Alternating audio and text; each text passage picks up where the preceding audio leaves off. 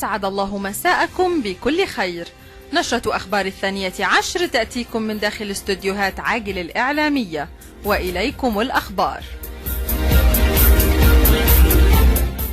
إحالة حارق الإنجيل ونقله إلى محكمة الجنايات.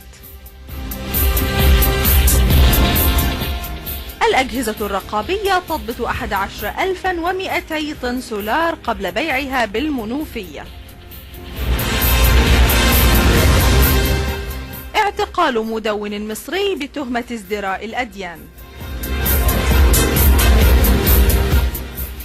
محاولة اقتحام قسم شرطة بني سويف، وتوقف حركة قطارات وجه قبلي.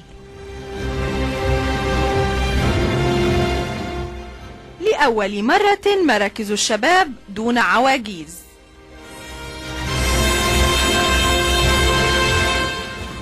كان معكم من داخل استوديوهات عاجل الإعلامية رنا دياب، وفي الهندسة الصوتية الزميل أحمد علي.